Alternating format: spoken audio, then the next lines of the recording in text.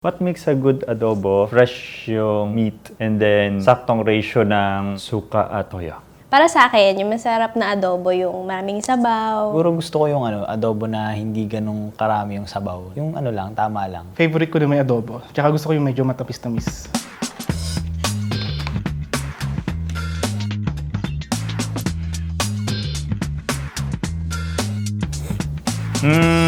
Parang mas similar to sa kulay ng pag nagluluto yung nanay ko ng adobo.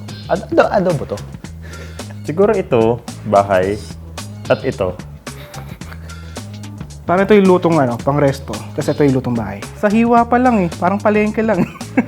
Most likely, pag restaurant, medyo puno yung laman, tapos medyo uniform yung cuts. Ito kasi hindi ko alam Just trying to look like an expert pero hindi ako expert.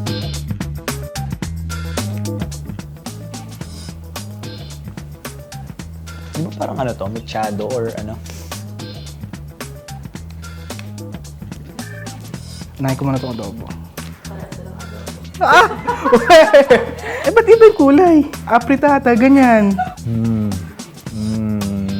May atsuete ata to. Feeling ko ito yung sa restaurant. Mas malasa. Pero mas parang ganito yung luto ng nanay ko. Pero feeling ko lang ito yung sa bahay. Kasi mas masarap to. Feeling ko, ito yung sa restaurant. Tapos ito yung sa bahay gawa. Siguro yung nagluto nito parang specialty ng probinsya nila kasi kakaiba yung kulay. Feeling ko ito yung pang resto. Wait lang kasi depende sa luto yan Kung matigas o malambot Feeling ko ito yung restaurant kasi lighter yung luto niya.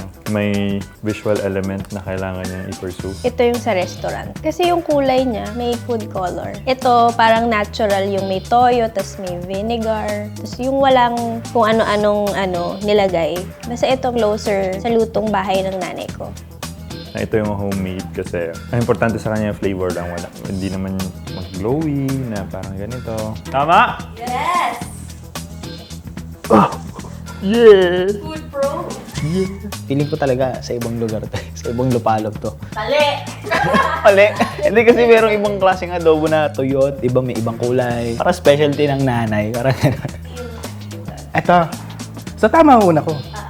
Tapi ng abi. Ito yung sa bahay. Anong restaurant to? Hindi masyado masarap.